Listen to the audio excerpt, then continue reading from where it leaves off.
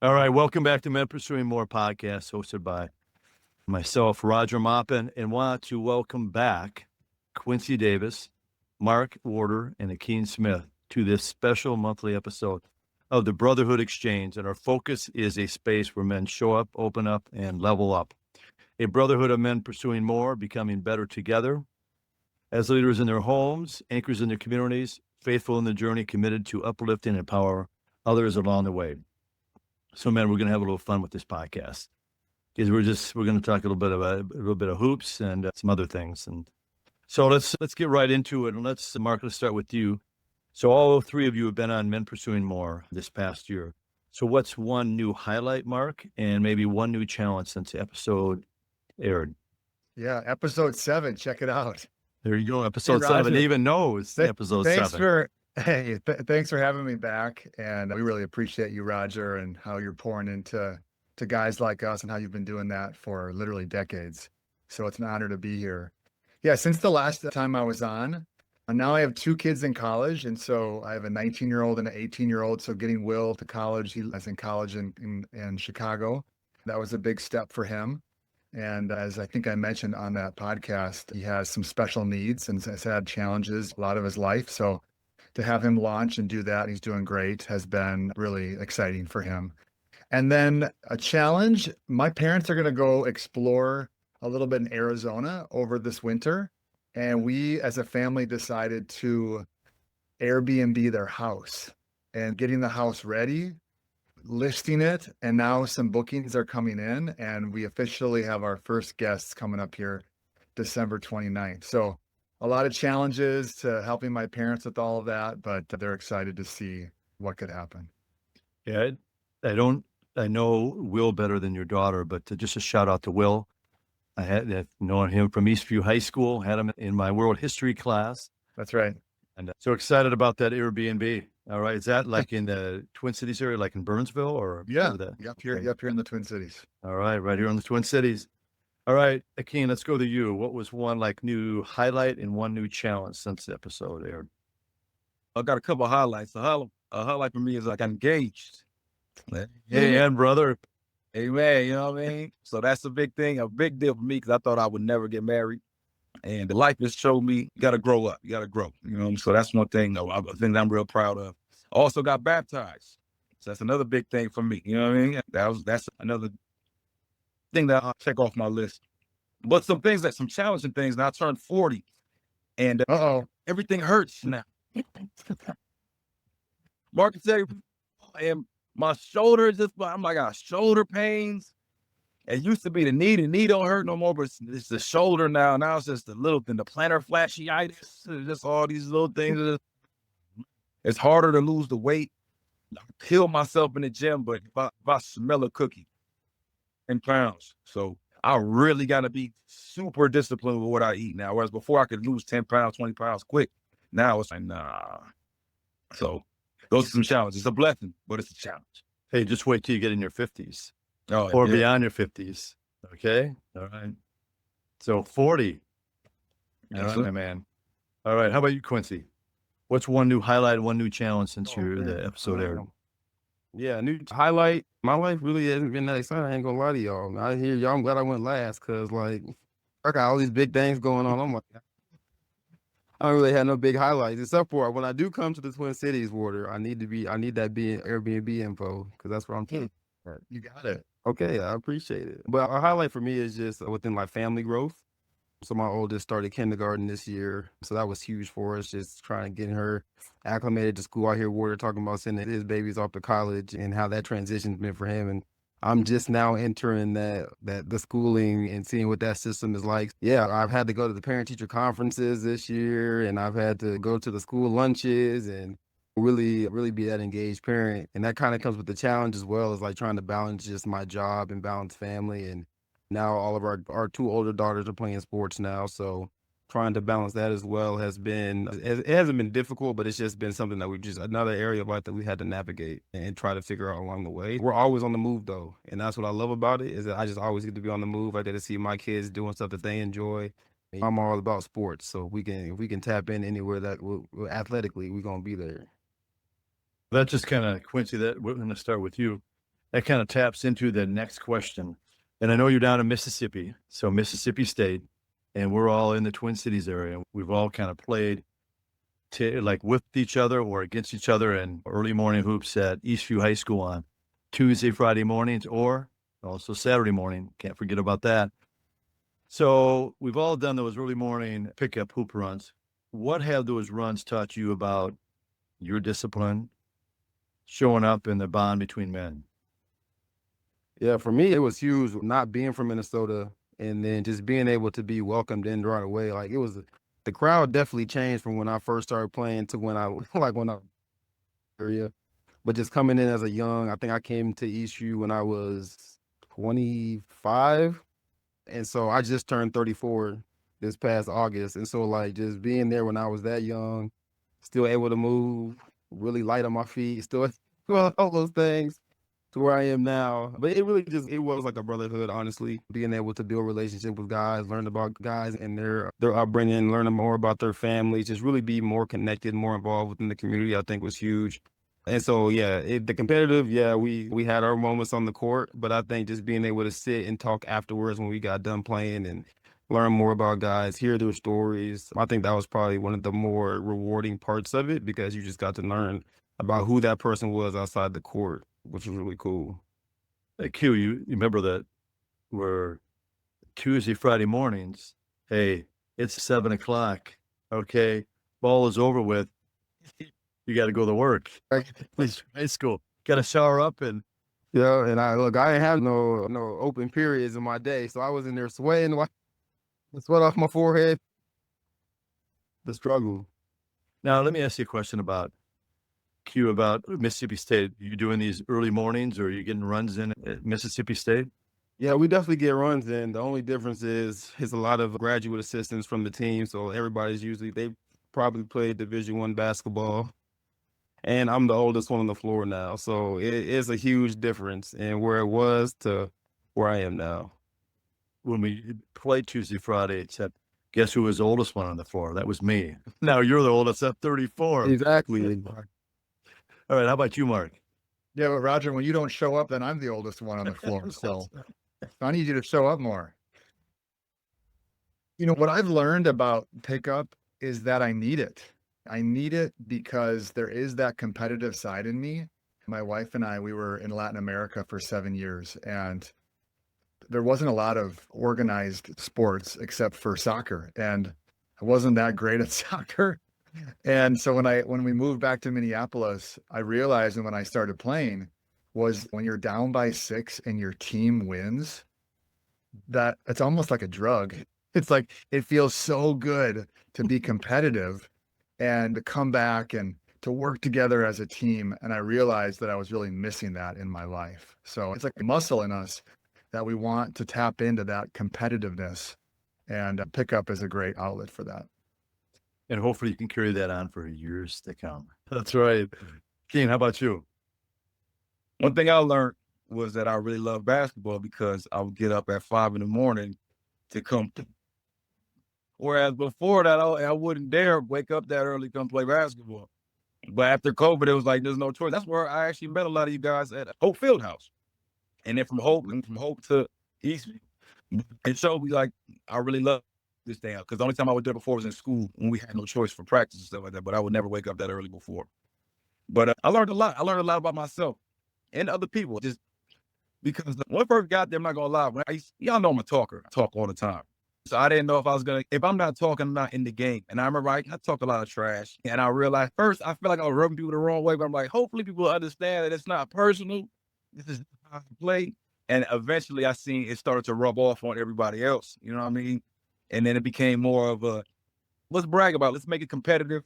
Let's really try to really beat each other. That's going to make the game so much more fun that if you're actually trying to stomp on your opponent. But after the game, it's all love. That's one thing that I love about being up there with you guys is that everyone's on the same page now. Like you said, and then when we win the games, when you just go through the game in general, we can still sit down and talk about it afterwards and expand our IQ, because one thing we can't get much better at, when we can slightly, but not much, is get our athleticism back. But you can always get wiser with the game. And when you see everybody get on the same page and elevating their IQ, that makes it a lot better for me personally. Can you talk about that? And you guys know all about this, about the culture of the game is, hey, it's a little bit of trash talking. If you can't take it, then you're probably in the wrong place. You might as well try some other sport. Maybe they don't do any trash talking, but it ingrained in the game.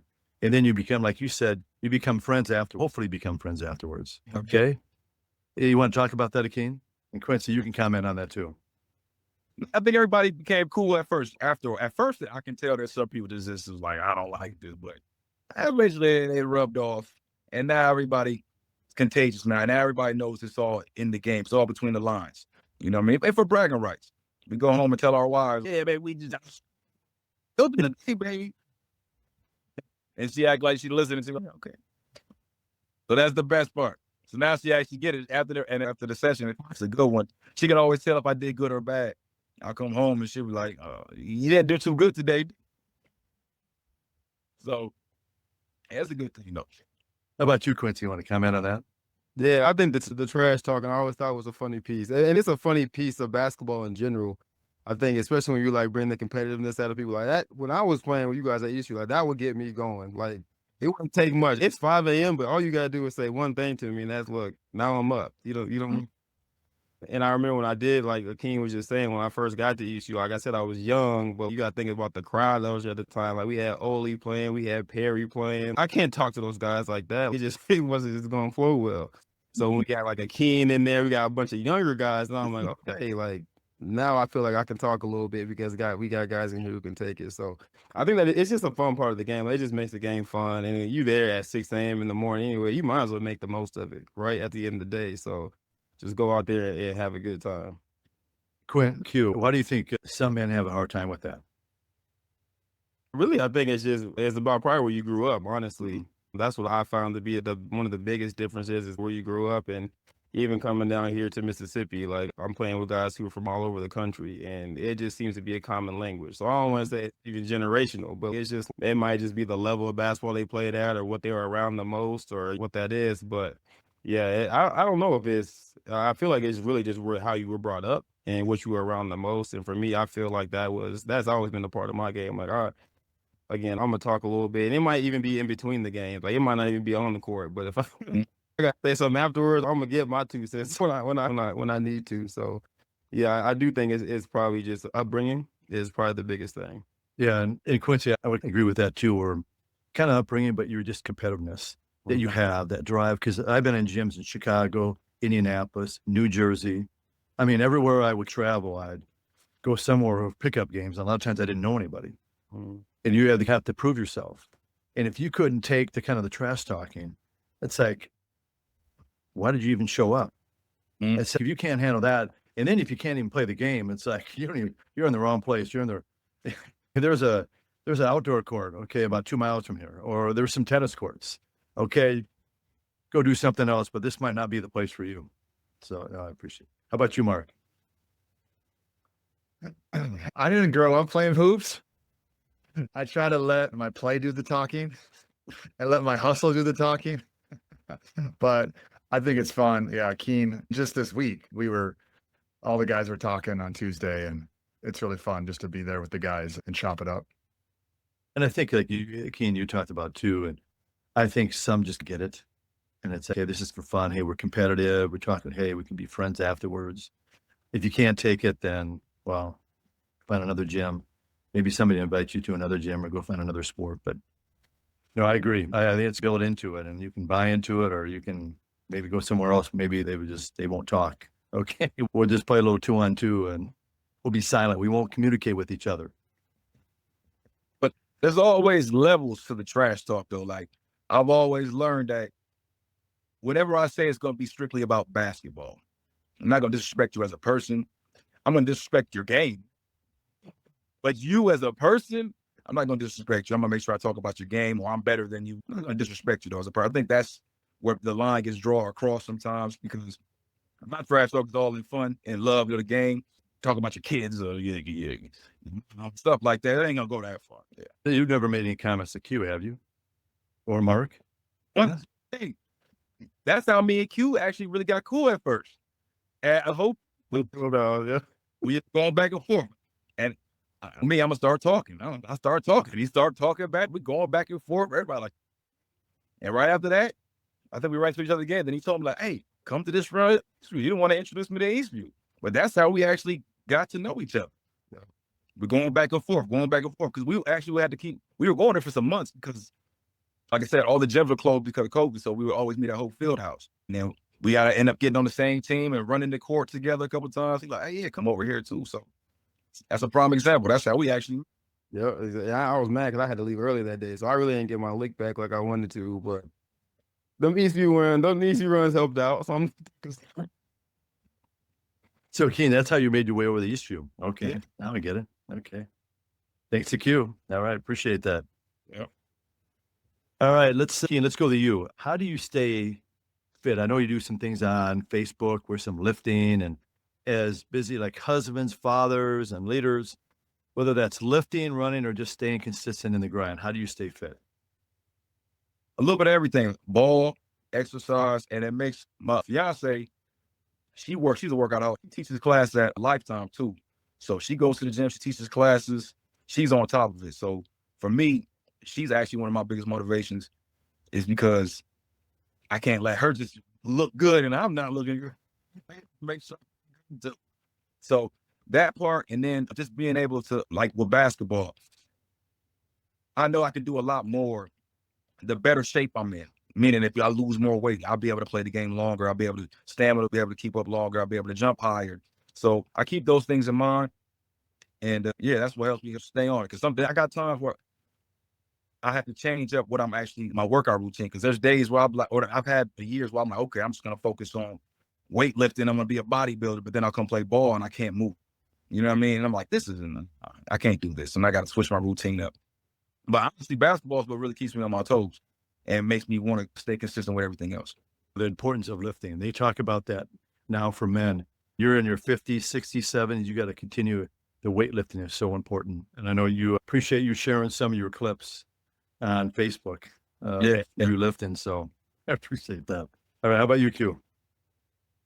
for me, I'm active. I try to be as active as possible. So right now I'm training for a half marathon that'll be taking place at the end of January. So I did it last year.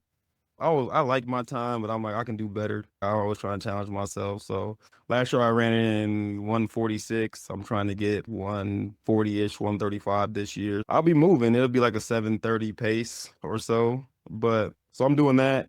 And then just lifting. My workout routine, I'm lifting every day usually. I'm one of those like 5 a.m. warriors. So I try to attack the day in that way. Just knowing what my schedule looks like throughout the day, what my kids' schedule looks like. If I can beat it, then I feel much better about it. It gives me momentum going into the day. I can get my kids out of bed, get the breakfast made, do what we got to do. It just really sets my tone for the day. And I have this rule for myself where I don't hit the snooze in the morning. I might not want to get up, but I don't hit that snooze button. I'm not turning off the alarm until I'm ready to actually get up and get moving. And so that alarm's going to go for as long as I needed to. And my wife doesn't like that. So we're just going to get up and get moving right out of bed and make something happen. But it's also convenient for me as well. I have a garage in my gym. So if I can't walk 20 feet, then there's really an issue. I don't got to go out, start a car. I just walk out, really get dressed, brush my teeth, walk outside, and I'm lifting. Right, I'm stretching, I'm warming up, doing what I got to do, and I'm right to it. So for me, it's just I'm trying to build systems for myself to be successful and not make excuses and do all those things, because I feel like we all have enough time in the day. It's just really how do we utilize that time? What do we prioritize to make that happen? For me, it's just creating systems for myself to be successful. So how do you make that time for it? Because you're training for a half marathon. So you probably have to run throughout the week to start training for that. Yeah, so I've had to dial back on the lifting a little bit. So I'm lifting 3 days a week now, running 4 days a week. So I usually get up in the morning and run. Depending on how far my run is, that will determine how early I got to get up. But aside from that, it's really the same thing. Like I just get up, put on my shoes, and again, just go outside and run. And that's when I find the most peace too. There's nobody on the roads. Like it's so peaceful to run that early in the morning to me. Definitely a different level of clarity, because sometimes I don't even have to run with music. I could just be out there and really just running and enjoying my mind, my thoughts. It's therapeutic in a sense, which is odd for me to say that in my role and what I do, but it's therapeutic in a sense to be able to just be out there with nature. So that for me, it's just been really helpful. And I've been getting more into running and trying to understand how it really helps the body. And I wear a Whoop band, and when my Whoop tells me that my age is decreasing, oh yeah, I'm 34, but it's telling me right now I'm 31. Okay, yeah, I feel it. I feel it right now. So I'm trying to keep up with that as well, to keep that age decreasing on there. So it's all good. I think it's just, again, even if it's not basketball, I think you just be competitive in life, and that's one way I look at it. Like if I can compete, or I can get up, I can move every single day, and I'm blessed enough to do, then I got to take advantage of that.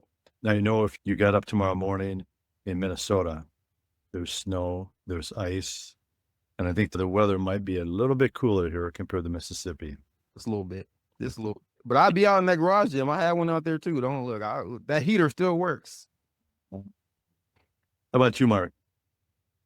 Yeah, I try to play three days a week if we can get a group together, and then I try to lift on the other 3 days. And then this summer on Sundays, I was taking a walk on a trail that's really close to my house. And as Quincy was just mentioning, just a time to listen to some music or listen to a podcast or just listen to nothing, just on my thoughts, and just spend some time in prayer. But just walking and like a recovery day was really helping me with just my joints and my legs. And so it was good to get in that rhythm. And one of the things I like about the 6 a.m. hoops, excuse me, is that I can get all my workout in, lift or play hoops, and it's like my family's just starting to wake up. So it's like it doesn't impact them, because I want to try to spend as much time as I can with them. And so it's hard to be gone.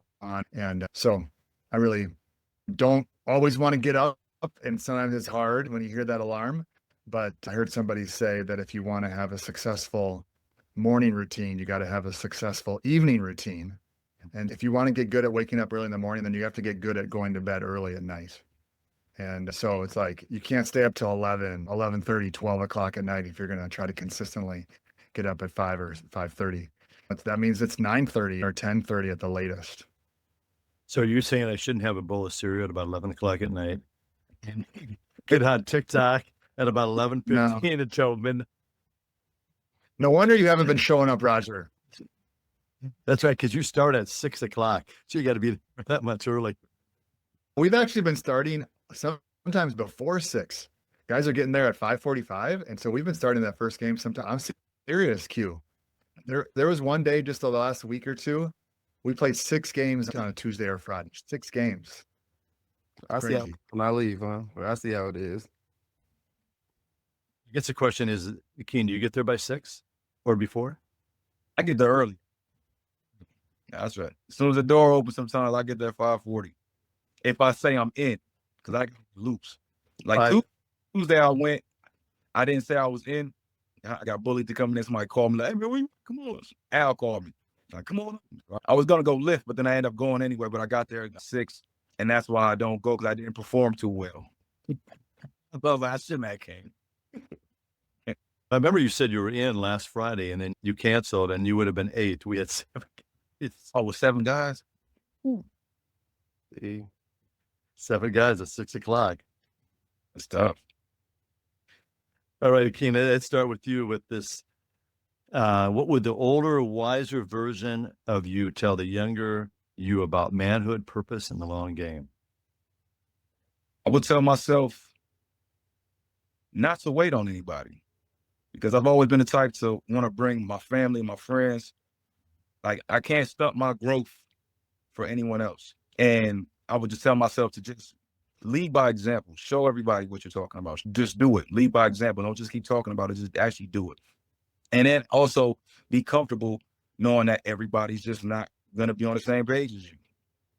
So you can't save the world.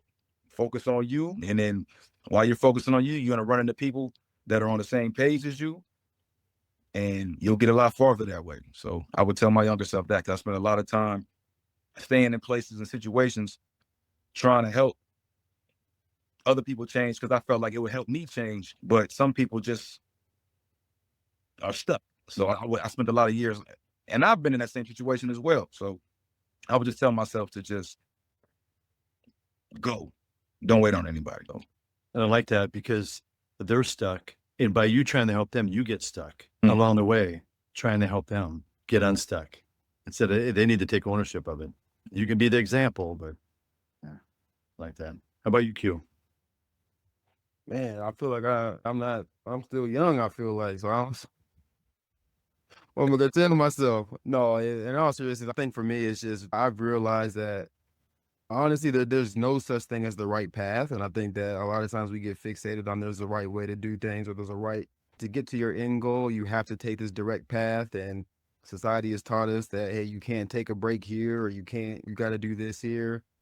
And we really get uncomfortable within our own story, and we allow other people to be the creators and write our own, or try to write our narrative. And so just really just try to be comfortable with the uncomfortable, and understand that there's no such thing as the right path. I think that's honestly what I would tell myself. I know when I came down to Mississippi and I took this position, a lot of people were like, man, you crazy moving your family all the way across the country and you ain't never lived in Mississippi and all those things. And we've thrived here. Like we've done amazing here. And I'm not saying this is like our forever home, but if we wouldn't have even known what it was going to be like if we didn't take this opportunity and open up other doors for me and allow me to meet other people and be around this type of success. So for me, it's just be willing to write your own story, be willing to go in the path that you feel the most led and the most called to be on, because I think that makes all the difference. And don't let social media fool you. There we go. Yeah, Quincy, I think of all the places you've been to in the last couple of years, being with Mississippi State. I know we've kind of messaged back and forth a few times where you're like standing behind the bench at one of the tournament games, NCAA tournament games, or like the SEC tournament and conference tournament in March. You have the opportunity to really travel to some places too. Yeah, it's been awesome. It's been a great opportunity, like I said, like even just to be able to see some of the coaches that I've been able to be around, and some of the athletes that we hear about every single day. But it's just been really cool to be able to experience that and be in these different college towns and be in Rupp Arena or be in some of these big places. I'm like, I only seen this on TV. I've never actually been in there, and but actually be able to do it and be a witness, and also be able to have my kids around it as well, to be able to take them to practice and allow them to see this is what these athletes do. You get to see this firsthand, like what it takes to get to this level, and they love it. They're like diehard Mississippi State fans now, so I think that's hilarious. But we'll see if that changes. How about you, Mark? Yeah, I would say that press more into your faith. I think that you can really make faith not like the number one thing, or sometimes we switch those, but I like the idea of making my faith the center of everything. So I could carry that with me into the gym. I carry that with me into work. I carry that. And I think growing up, I was sometimes hot and cold, and it was pretty sporadic. And so I would just say, make faith your center, and that's going to set you up for what I believe God has for your life. Amen, brother. Now, basketball has shaped us in so many different ways, from pickup game and runs to playing competitively. I know we've already talked about this, but what are maybe some other lessons you can share with the listeners about what it's taught you about maybe areas of life, like leadership, or just a brotherhood that still guides you today? Now, let's start with you, Mark. Yeah, so my dad grew up in Chicago, and when I was growing up here in the Twin Cities, we were huge Chicago Bulls fans, which it was a good time to do that because Michael Jordan came on the scene, and we'd watch a game, and then we'd go out to the driveway and we would play one-on-one, and I would pretend to try to do all the moves. And I remember that day that I finally beat my dad in one-on-one. I think I was like 14 or 15. And I think what that's taught me over the years is that like my dad was present, and he really showed up, and we took the time to go outside and play, and took the time to show up for my games. And that's really the kind of father that I'm trying to be. So I think basketball and manhood, and a lot of it is about being present and showing up. And I think of like how important like a brother or a father or an uncle or like a coach, the impact they can have on a player. And Akeen, how about you? One thing I learned about basketball that crosses over into real life is I usually can tell a lot about a person's character by how they play ball. Like if a person shoots all the time, they're probably selfish. If a person, like if your teammate is scoring and you never clap for them, you're jealous. You know what I mean? So I've learned that these certain characters, I'm usually not wrong. So it shows a lot about a person's character. But on the other end, if you're able to clap for your teammate when they're doing good, and realize it's not always about you, it's about the team. Like sometimes you might have a bad game, but if you win and you're still doing the other things, that still can cross over to life as well. It's not always about you. You know what I mean? Sometimes it's about the people, but as long as you're winning, that's what matters. So that's one thing that I've learned about basketball that also correlates with life. So that's probably one thing right there. Q, did you want to comment on that about the shooting piece? Are you trying to say I'm sober? Because I'm taking my. Honestly, I think I wasn't taking enough at times, but hey, I digress. But I can piggyback, and not necessarily piggyback, but just the lessons that I learned just from basketball in general is just really and truly nothing's ever handed to you. That's what I've learned just throughout when I was playing, just through high school, through college. Like nothing's ever going to be handed to you, and if you really want it, you got to go out there and work for it. And like thinking back to like when I was in high school or when I even earlier than that, and I would want my mom to go and talk to the coach and tell him this and tell him that. And now I'm like, I'm so glad that she didn't do that and allowed for me to handle those situations on my own and really persevere and just grow this like resilient shell. Like you could push through. You just there's work to be done. And I'm even seeing that with my own kids now. It's different, like being a father now, and one is to help your kids because it seems so easy, but you don't want to just spoon feed them or do everything for them. And so I've seen it come full circle for me now. It's just now I'm in a position where like my kids are starting to do these things and they're not sure if they can do them. So instill confidence, right? Talk positively about yourself. We talk about positive affirmations all the time in our house. I can do this. Or if you say I can't, did you try it first? Okay, let's talk through it. I think really giving yourself this mindset that you can do anything, even if it does seem impossible, is something that basketball really taught me. And just never to take things for granted. I feel like basketball has taken me so many different places in life. I grew up in a family, we didn't have a lot of money. Y'all know I had 3 other brothers. There's 4 boys. Basketball was huge in our house. We all played basketball at the collegiate. Well, 3 of us played basketball at the collegiate level, but like we didn't have much, and being able to go on to youth tournaments across the country and do all these different things. And I think it really just showed me that within basketball, like you can build a community and there's so much out there that you can do with it. Very grateful for just what basketball has brought to me and how it's instilled some of these skills in me to be a great father and just be a good leader that I am today. Just comment on what you talked about pushing through community. After I got done playing college hoops, I played in pro-am leagues in the Midwest, played in tournaments all over the Midwest. And then I also played in gyms in other different parts of the country, wherever I traveled to. And one thing I learned is when you go into a gym, it's almost like you're going into a new culture. When you're going to the gym, it's not all about you. Okay. Hey, these guys have been showing up. They've been playing at this gym for some of these guys for years. And you show up, you got to prove it on the court. Now, you can do a little trash talking a little bit, but where you build those relationships is you can prove it on the court, and then you have those conversations afterwards. If you can't prove it, and you walk in the gym and you have no game, or you can't handle a little trash talk, and it's, dude, why did you show up to this gym? Why are you here in Chicago or New Jersey? I know you're from the Twin Cities. It's like, why did you even show up? Why were you looking for a run somewhere? And I think what you were talking about, Quincy, about pushing through and about just that resilience, about overcoming. And just really that kind of respecting that kind of those in that gym at that time, at that moment. Okay, it's not all about you. And I see some of these guys now, or I've been in gyms where these guys come in, it's all about them. And they have no game and they try to trash talk. And then nobody they've gained no respect. So it's really about like when you go into any kind of culture, hey, you're going to be tested. And you're going to have to earn that respect. And it's just like when you're coming into a gym, you got to earn that respect. You got to show that you can handle the trash time, but you can play the game. And if you can't, you just disrespected yourself. And nobody really wants to have any conversations with you even afterwards. We might little surface kind of conversation, but it's like, we really don't want to really spend much time with you because you really disrespected yourself. And I appreciate you sharing that, Q. Anybody want to comment on that? Yeah, I want to say something what Q said. You said so another thing that you can put in perspective for me is with family.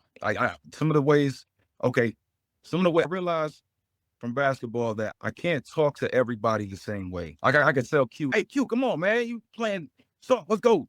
I can't say that to everybody though. Somebody might take that wrong. Cause I know Q would just be like, all right, cool. Or Mark, I'm like, come on, Mark, let's go, man. Or any of y'all really. But there's some people I can't talk to. I have to talk to them a little different. Like, come on, man. I gotta really talk to them. Hey, come on, let's do it. I use that same method with my children because some of my kids, like my son and one of my daughters, I can talk to them like, come on, and they'll just take it like, all right. But then I got another daughter and son, I can't talk to them like that because it crushes them. So I have to really speak life to them. Like, yes, you can do this. You can. So I just realized that the same thing goes with basketball and with real life. I can't talk to everyone the same. I can't motivate everyone the same way. I got to figure out everybody, what helps push them, what gets them going. I got to figure that out. And just another thing with basketball, I never wanted to be the guy, like you were saying, Roger. I never want to be the guy that when somebody says you're on their team, they're like, oh, got that guy. You know what I mean? Never wanted to be that guy because all he's going to do is shoot the ball. He's not going to play defense. He's going to shoot a bad shot. He's mess up the rhythm. He's going to just mess up everything thinking about himself. So I never wanted to be that guy. And we've all played with guys like that. It becomes all about themselves. Instead of, no, you're like our fifth option. You're not the first or second option. You're like, maybe you should sit on the bench if you were not one of the five options. Any other comments, Mark or Quincy? No, I think that Akeen really hit it there. It's like every child is different, so we really have to parent our kids differently. And it's just like in life too. It's like with our coworkers or our friends, it's like people need different things. And I think we got to really be discerning and ask for wisdom so that we can minister and encourage people the way that they need to be encouraged. I love that. Great opportunity to really kind of, there was the purpose of this Men's Pursuing More. It came out of the Brothers Keepers League in North Minneapolis at the community center. It was like a ministry league, but all the best players played in this league. The coach was shocked at the University of Minnesota why 12 out of 13 of his players, he was trying to get them to go to church. 12 out of 13 of the players played in this league, and every one of them, man, these guys are ministering over me. I'm going to church. And so just the impact this league had, I think it went on for about maybe 8 or 10 years, but they played some games at De La Salle, but I think they started in a community center in North Minneapolis. So it had a huge impact, and it really drove me because I was listening to these guys. Gosh, I know every one of these guys. Every one of these guys I played against or played with. So I went up and visited the league and I say, wow, you're talking about a league that's having an impact. And they were getting guys off the street. I mean, everybody, all the guys wanted to play in this league. And it was the most competitive league in the Twin Cities at that time. So it just really made an impact. And a lot of guys that still, even from this day, I've talked to the guy, one of the guys that ran it, that still there's guys that reach out to him and talk about the impact that league made on their life. All right, let's move on to Mark. Let's start with you. Can you share a moment when another man sharpened you or challenged you or maybe confronted you or pushed you a little bit in a way that changed your life? There might have been many moments along the way, but what are maybe an example or two? Yeah, I had a mentor that met with me really consistently, almost weekly. And he would drive from Burnsville to St. Paul. He'd come over to St. Thomas where I was playing football and running track. And he showed up for me.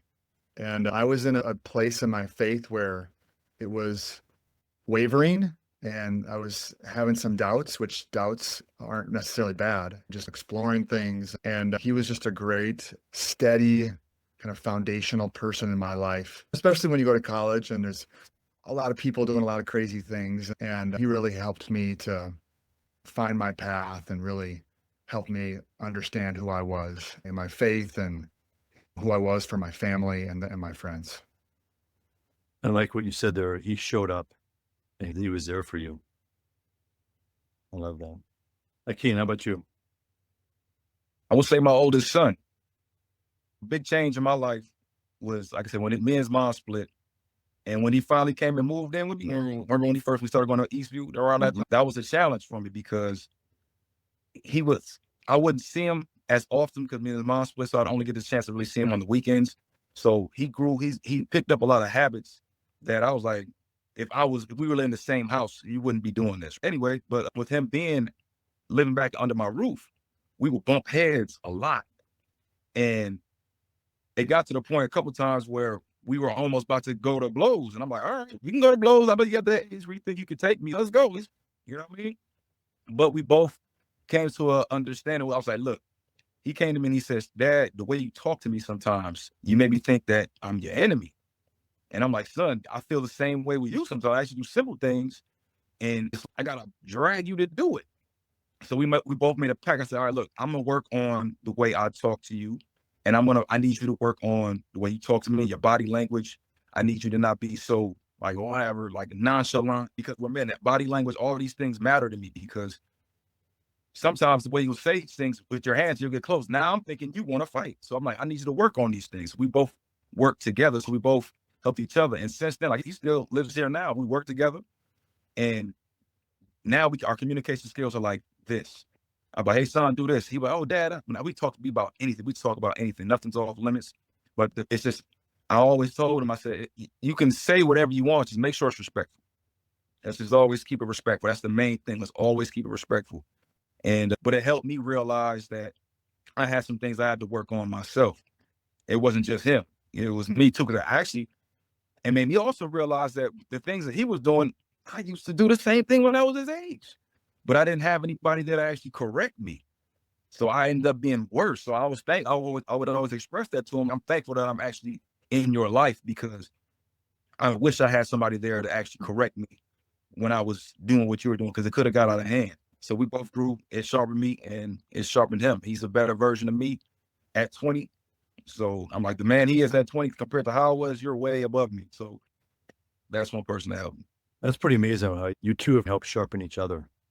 A son helped sharpen his father, but a father helped him sharpen his son. I love that. Appreciate that. Q, how about you? Excuse me. Yeah, I've had quite a few, honestly. I grew up without a father in the household, so I was, and being the oldest male in the house, like I always had this role of just trying to take care of everything. But one, I guess, prominent moment that I can think back to, I had a science teacher my freshman year of high school, and I was a knucklehead in high school. Like my freshman year especially, I was just all over the place. And one day he just pulled me out of class to the side. He was like, "Hey man, what are you doing? What do you want to do with yourself? What you know?" And I really didn't have an answer for him. And he was like, "You're a young black male in America, and this is how you come to class every day. This is how you present yourself. It's just not going to lead you anywhere." And I don't know. I thought about this like a few months ago. That's how much it has stuck with me. Because I'm like, man, that message is like just still, it stuck with me all these years to just have somebody take the time out of the day to be like, "Hey man, I see so much more in you." And he probably don't even realize that I still think about that to this day. But just have somebody take that time to be like, "Hey, I see so much more in you. You could be so much more. And right now you are playing into the role that society sees you as."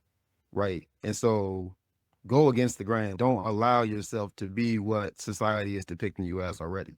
And so that right there, like, I think that was like a huge turn in for me because like my freshman year, like, yeah, I was on the basketball team, but I was ineligible half the season because I didn't have good grades. And then like my sophomore year, I was like, okay, like this is what I want to do. So I got to start taking it serious. And then my junior year, like then I'm taking college classes. And my senior year, I'm taking even more college classes. And then I go to play basketball in college. And it's like that one story, that one conversation with that science teacher, my freshman year, just I think it was at the end of the year too. Like it was just so random. Pulled me to the side, but like that one conversation like changed the course of my life because of what he said to me. And so really it's just you never know how impactful your words are to other people. Like words carry so much strength. You just never know how much impact they can have on the individual. And so I've had coaches, I have uncles, I have other males in my life, but that one instance like changed the direct trajectory of my life, in my opinion, because I could have, who knows what I've been doing. Like I said, I was a knucklehead, so I could have been doing anything. And look at the impact that you made at Eastview High School when you're there. Kids still talk about you. I bring up your name, going, "Oh, yeah, Mr. Davis, or Coach Davis," and then also now at Mississippi State. So yeah, I'm proud of you. Appreciate it. 30, Thank you. 40. That's amazing. Quincy, have you told that science teacher that story? Man, word. So I was actually, like I said, it came to my mind like a couple months ago. And so I was like, I gotta like I gotta write this, like email this teacher, right? And I went onto the school site and I can't find, they don't have their teachers listed. So I got to get connected with them some way, somehow. But yeah, that has definitely come to my mind because like I've been thinking, I'm just like, man, I know his name is Mr. Washington. So I know exactly who it is. I know who I'm looking for. It's just, I got to get connected with him and just give him an update, man. Cause he probably is like, he don't think about it, but he's at the time, he's probably like, this kid, he's not going to do what he needs to do to be successful. So Yeah, I appreciate you sharing. That is so cool. What a great story. And just as a ninth grader, sometimes you think it's something later on, but as a ninth grader coming into high school and just his words and just the impact it's made on you. Let's start with you, Quincy, about what's one truth, value, or principle you want to pass down to the next generation of young men that are listening in on this podcast. And I have a number of Eastview high school students listening in on this podcast. what was it? A truth, what value or what? Yeah, truth, value, or principle you want to pass. So what would you like to pass? Some truth you or a value you'd like to pass down to the next generation? Man, I feel like that's hard to choose from. I feel like there's so I know there's or just maybe just give us a few. Maybe we're just going to go around. For me, I think I hit the nail on the head earlier, but again, just being able to carve out your own path. Like I try to emphasize that so much because of how much of a comparative society we are nowadays with social media and people have this, they have that. I was talking with, I was in a doctoral program a few years back and I was talking with one of my professors there and she's from another country and she was like, yeah, when I'm done with high school, college isn't the route that they expect us to go. We can take a gap year or we can go work for a year. We can go and like, I was just like, man, yeah, that's a choice. And nobody was chipping on that. And it was like, no, you can do that. You can live in your parents' basement. You can do it. And I'm like, man, just think about if kids heard these options, they wouldn't feel the pressure to, I got to go to this university or I got to do this or I got, you know what I'm saying? And a lot of times they're just doing it for their parents and not even doing it for themselves, right? Now, I'm not saying college is a bad thing at all because that's something that I'm probably going to have as a top priority. But if you can find another way to get to where you want to, then who am I to say that it's the wrong way? And I think that we get so caught up in people saying, you got to do this. You got to have, this is plan A, and you got to go step 1, 2, 3, 4 in order to get there. Not understanding that if a door closes, like just use the other key and open another door right next to it. We just feel like we are just so pigeonholed to be in one spot. And so carving out your own path, I think is huge. And I think we don't have these conversations with the youth enough because they see every single day on what they are supposed to do, or my friend got into this top university, or my friend got this or that. Like I said, it's so comparative. And so just run your own race. Like it's going to be bumps along the road. There's going to be challenges that you have to go through, but run your own race. At the end of the day, you can get to where you want to get to. It's not going to be pretty. It's not always going to be wrapped in a bow. It's not always going to be sunshine and rainbows. But at the end of the day, if you get to where you want to get to, I feel like that's success. But I think that is something to celebrate and celebrate small wins along the way as well. Because I don't think we do that enough either, right? We're so focused on the journey and getting to that end goal that we don't celebrate ourselves along the way. And so I think that if we can do those things, I think that we can find ourselves to be a lot more happier.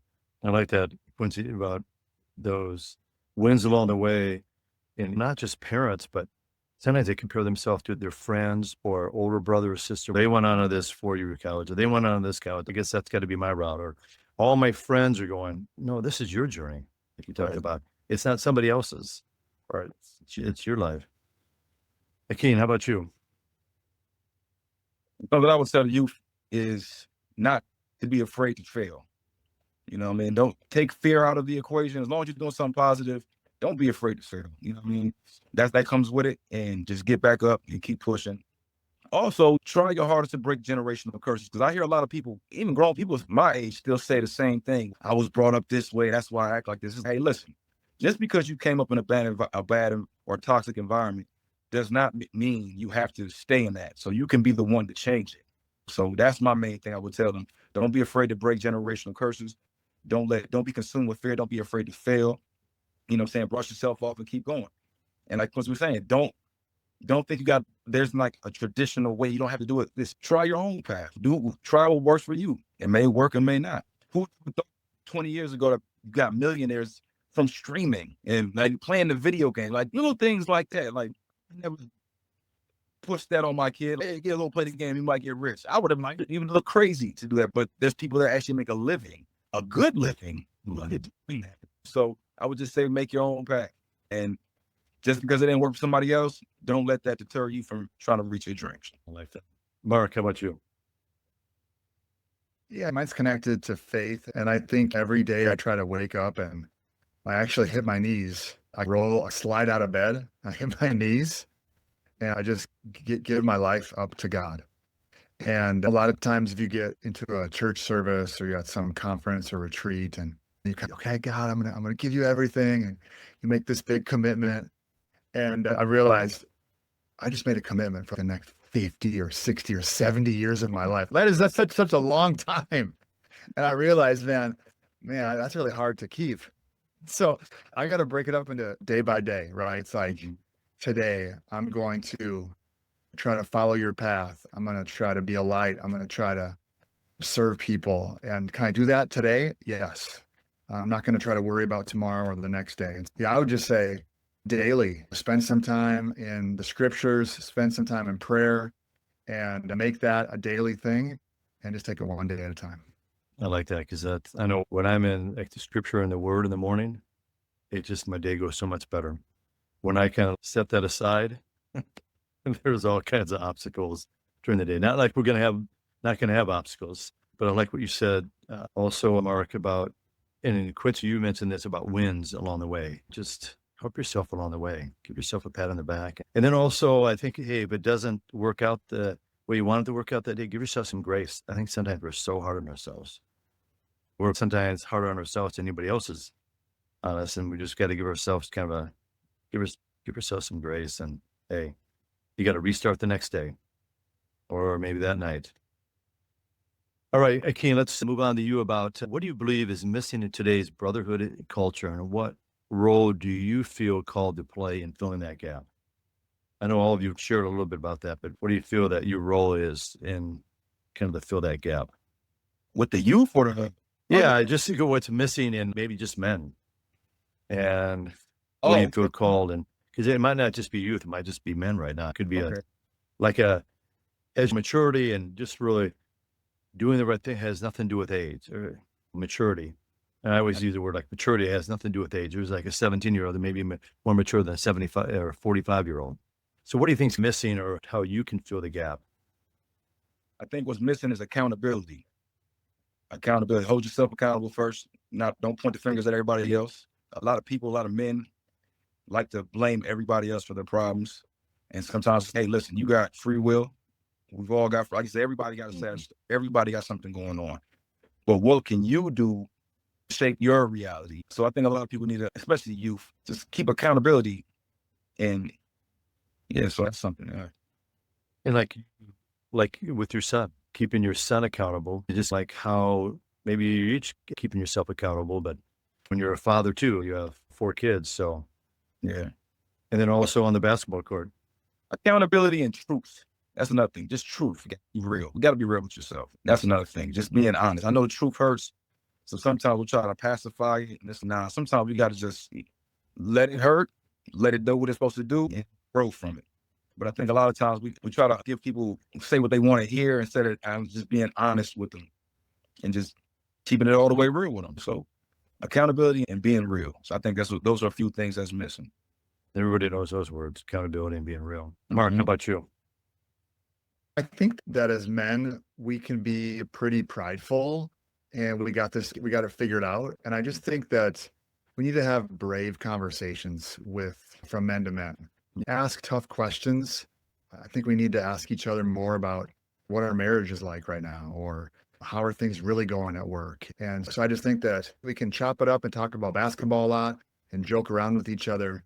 But really what a brotherhood means, I believe, is having those tough conversations and asking really brave questions, getting to the heart of really who we are. And unfortunately, I think a lot of guys don't have that outlet. And the relationships that we've gained through pickup, I think, are the start and the catalyst of that. And I like that, Mark. The reason goes back to the reason I started Men Pursuing More was because of seeing these interviews on this league called Brothers Keepers. And that just sparked in me. It's, man, we just, as men, we relate so much in sports. Let's start with sports, but then it can lead into so much more and have those deeper conversations, how we can really just empower and kind of uplift each other and be there And that's why I'm trying to draw not only men, but women are listening too, because some women just want to know more about men.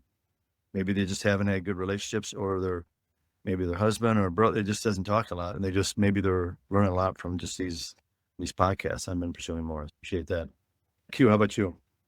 I was gonna say the same thing. Honestly, it's more just the field that I work in, and tough conversations are something that I'm having every single day. But I was really just gonna emphasize having those vulnerable and very transparent conversations as men. I don't think we have those enough, and that's something I try to do. I'm around young men every single day, and so if I see a group of young men and they, oh, what's up, Q? How you doing? And, I ask them how they're doing and pick up on body language. So if I see one out the group that's not, he says he's good, I won't call him out right there, but later on in the day, I'll pull him to the side and say, hey, man, you said you was doing good, but is there something else that's going on? Is there anything I can help with? And I think that just taking that step, I think in itself shows that, okay, like somebody cares about, like, they'll go above and beyond to that further of, I'm just doing good.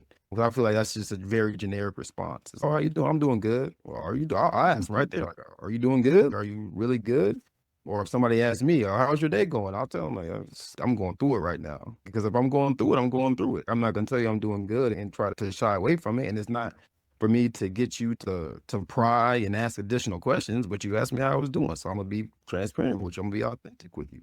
But I just don't think we have that enough. I feel like we wear that our pride on our shoulders, and we have to show that we're strong and there's nothing that we deal with, and these conversations we don't want to have because it breaks down that barrier of you're not a man anymore. And I feel like if you show, and that's what I'm trying to show the younger generations, like if you can have these conversations, then you'll see how much better you feel, even within your relationships, within your marriage, and you get there. Because now you can have those conversations with your wife, right? You can have those conversations if maybe you guys eventually have a family, or when you guys are going through tough times. Like you don't feel so sheltered, and really you're within a small box that's closing in on you.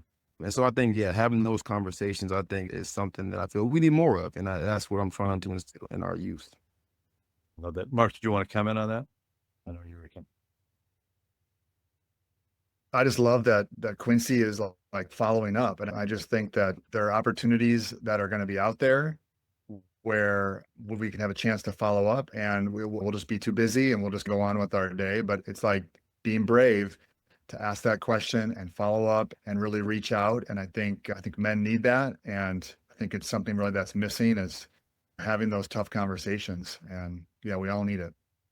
Yeah, I know I'm part of some men's groups, and I think for me, it's been really impactful that we read like a chapter in the Bible together going around the table, but we have those meaningful kind of conversations. You build that relationship each week, even though it's only like once a week. It's pretty impactful that we're looking out for each other. And I think there's so many more men that need that.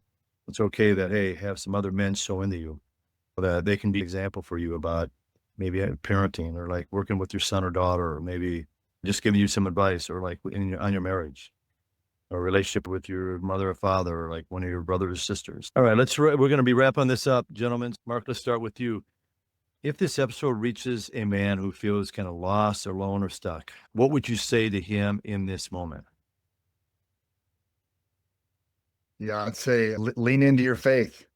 And that's a loaded question for a lot of people. But I just believe that the more that you pursue God, he's pursuing you.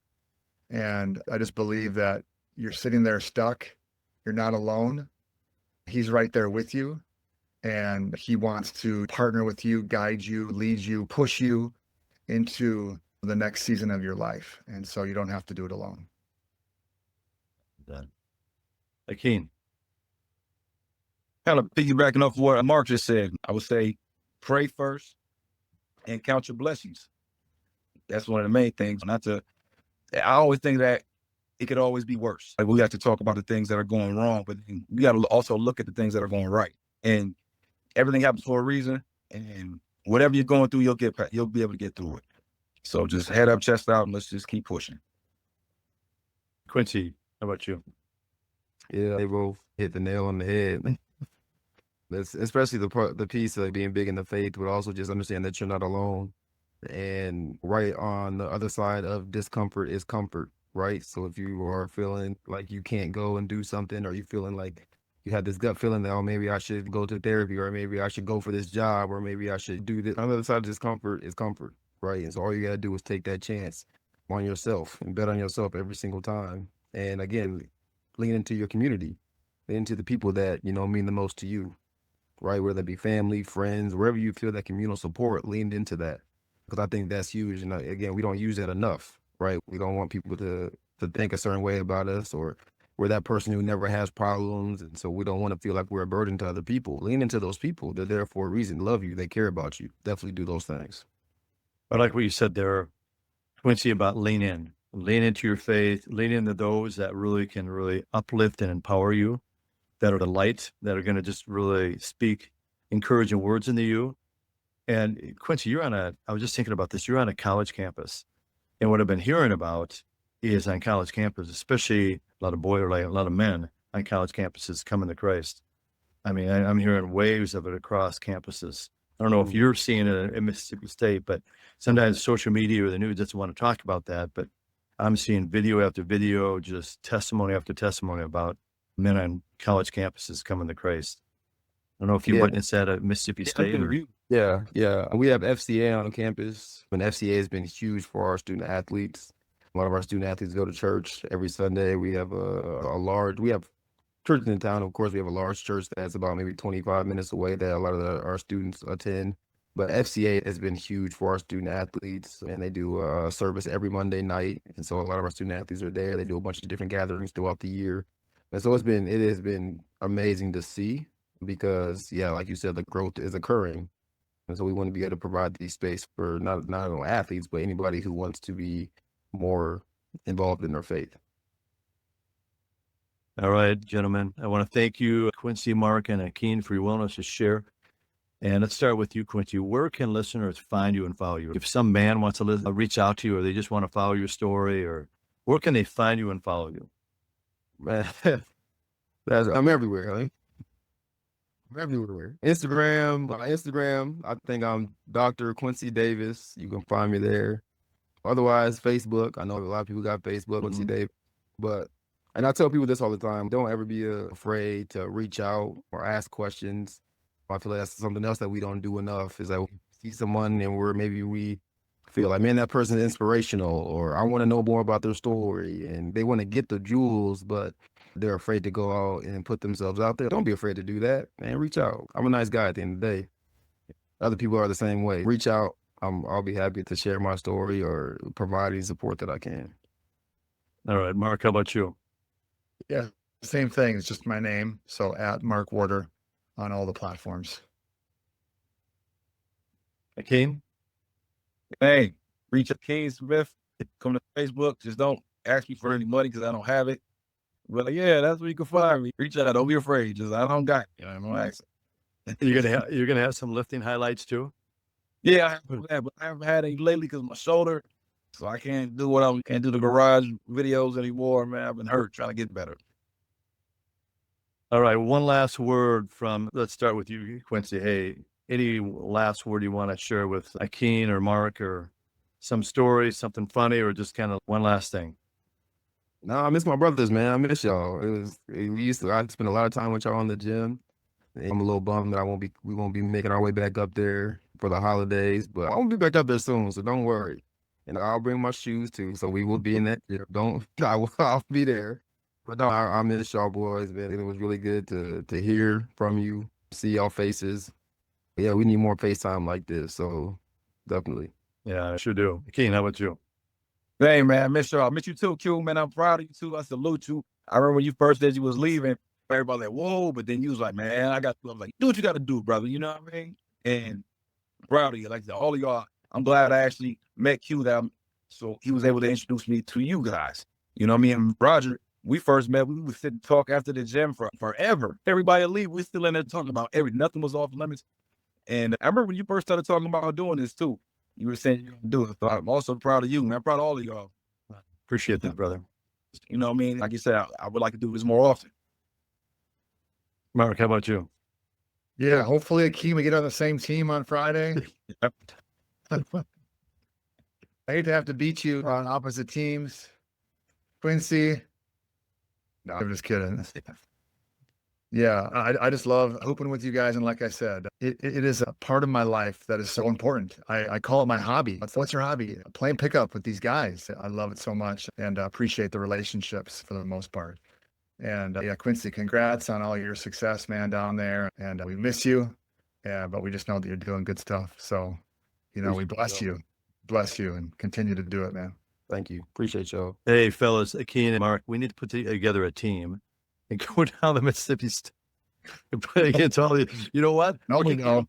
We need to be all the old men. I can't play them young boys. Young dudes, they're different. I ain't gonna lie. I never had to play so much defense in my life. All right, fellas, that's a wrap with Quincy Davis, Mark Warder, and Akeen Smith. And I want to thank you for being a part of this special monthly episode of the Brotherhood Exchange on Men Pursuing More podcast.